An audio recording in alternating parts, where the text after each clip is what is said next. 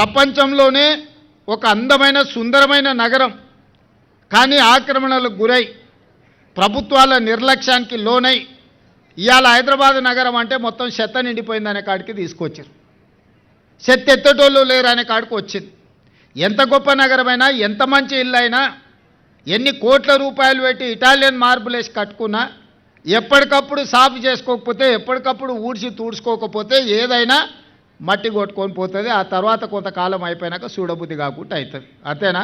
4 రోజులు స్నానం చేయకపోతే మనం కూడా ఎంత అందంగా ఉన్నా బాగా కనిపించాం, జుట్టంతా అట్లా ఇట్లా అయిపోయి.